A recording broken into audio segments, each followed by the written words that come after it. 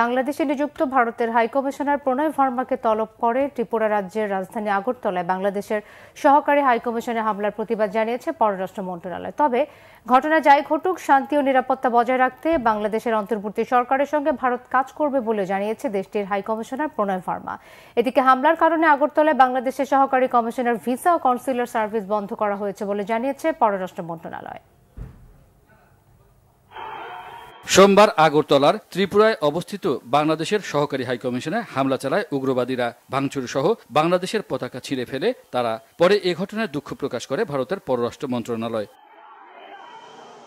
আগরতলায় সহকারী হাইকমিশনে হামলার প্রতিবাদ জানাতে মঙ্গলবার বিকালে ভারতীয় হাইকমিশনার প্রণয় ভার্মাকে তলব করে পররাষ্ট্র মন্ত্রণালয়। ভারপ্রাপ্ত পররাষ্ট্র সচিব এম রিয়াজ হামিদুল্লাহ বাংলাদেশের পক্ষ থেকে আনুষ্ঠানিকভাবে প্রতিবাদ জানান। পররাষ্ট্র উপদেষ্টা তৌহিদ হোসেন জানান, বাংলাদেশ করণীয় সব পদক্ষেপ নেবে।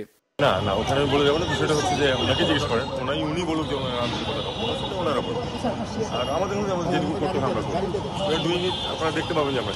পরে ভারতীয় হাইকমিশনার সাংবাদিকদের জানান, দুদেশের বন্ধুত্বপূর্ণ সম্পর্ক অব্যাহত থাকবে। একটা ইস্যুতে বসে না থেকে গঠনমূলক সম্পর্ক এগিয়ে নিতে কাজ করছে দুদেশ। আমাদের মধ্যে সম্পর্ক এত বিস্তৃত যে কোনো নির্দিষ্ট ইস্যুতে সম্পর্ক সীমাবদ্ধ থাকতে পারে না। দুদেশের জনগণের পারস্পরিক নিরাপত্তা, শান্তি ও উন্নয়নের আকাঙ্ক্ষা পূরণ করতে ভারত বাংলাদেশের অন্তর্বর্তী সরকারের সাথে সম্পৃক্ত হয়ে কাজ করতে চায়। সহযোগিতামূলক সম্পর্ক থেকে দুদেশে লাভবান হচ্ছে। আমাদের বন্ধুত্বপূর্ণ সম্পর্ক অটুট থাকবে। আমাদের মধ্যে পারস্পরিক নির্ভরশীলতা আছে। ভবিষ্যৎ সুবিধা লাভের জন্য এই নির্ভরশীলতা আমরা বাড়াতে চাই। আমরা গঠনমূলক সম্পর্ক চাই।